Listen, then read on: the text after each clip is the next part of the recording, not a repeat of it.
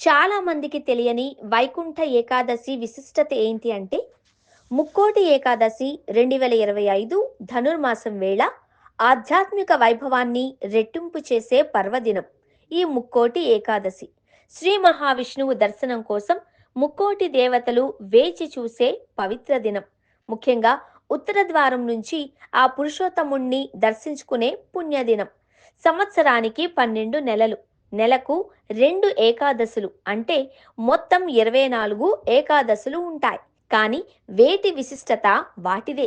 ఈ 24 ఏకాదశుల్లో అత్యంత ప్రత్యేకమైనది, విశిష్టమైనది మాత్రం ముక్కోటి ఏకాదశి. దీనినే వైకుంఠ ఏకాదశి అని కూడా పిలుస్తారు. ముక్కోటి దేవతలు శ్రీ మహావిష్ణువును స్తుతించి ఆయన అనుగ్రహం పొందిన రోజు కావడంతో దీనికి ముక్కోటి ఏకాదశి అనే పేరు వచ్చింది అని శాస్త్రవచనం.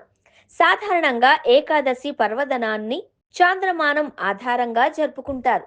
కానీ ముక్కోటి ఏకాదశి లేదా వైకుంఠ ఏకాదశిని మాత్రం సౌరమానం ఆధారంగా జరుపుకోవడం విశేషం. సూర్య భగవానుడు ధనుస్సు రాశిలో సంచరించే కాలాన్ని ధనుర్మాసం అంటారు. ఈ పవిత్రమైన ధనుర్మాసంలో వచ్చే శుక్ల ఏకాదశిని ముక్కోటి ఏకాదశి లేదా వైకుంఠ ఏకాదశిగా జరుపుకోవడం సాంప్రదాయం.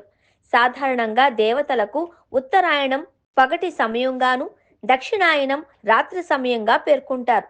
అయితే ఉత్తరాయణం, దక్షిణాయనాలకు సంధి కాలంలో వచ్చే ధనుర్మాసం దేవతలకు బ్రాహ్మీ సమయంగా పండితులు అభివర్ణిస్తారు. అదే సమయంలో అంటే ఈ బ్రాహ్మీ ముహూర్తంలో వచ్చే శుక్ల ఏకాదశిని అత్యంత పవిత్రమైనదిగా భావిస్తారు. అదే వైకుంఠ ఏకాదశి లేదా ముక్కోటి ఏకాదశి. ఈ ఏకాదశి రోజు దేవతలంతా వైకుంఠానికి వెళ్ళి ఉత్తర ద్వారం నుంచి ఆ వైకుంఠనాథుడిని దర్శనం చేసుకుంటారట. అదే సాంప్రదాయం ప్రకారం శ్రీ మహావిష్ణువు అనుగ్రహం పొందడం కోసం వైష్ణవ ఆలయాలలో వైకుంఠంతో సమానమైన రత్న మందిరాన్ని నిర్మించి ఉత్తర దిక్కుగా స్వామివారిని దర్శించి తరిస్తారు. దీనిని ఉత్తర ద్వార దర్శనం అంటారు. ఈ ఉత్తర ద్వార దర్శనం కోసం లక్షలాది మంది భక్తులు వేచి ఉంటారు. మోక్ష ద్వారంగా చెప్పే ఉత్తర ద్వారం ద్వారా స్వామివారిని దర్శించుకుంటే చాలు తమ జన్మ పునీతమవుతుంది అని భావిస్తారు.